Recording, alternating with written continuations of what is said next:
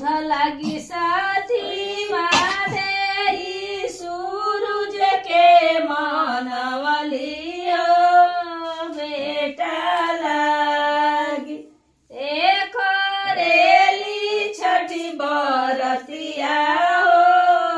बेटा लागी एक रेली छठी बरतिया दूध लागी राजुआ दे सूरज के मानवलियो बेटा लागी ऐसे वाली छठी के घटिया हो बेटा लागी धान लागी चंद्रावती दे सूरज के मानवलियो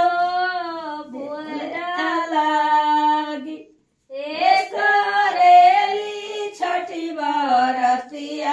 हो बेटा लागी कहे लगी सीमा दे सूरज गोड़ में लगलियो कहे लगी ऐसे बोली छठ के घटिया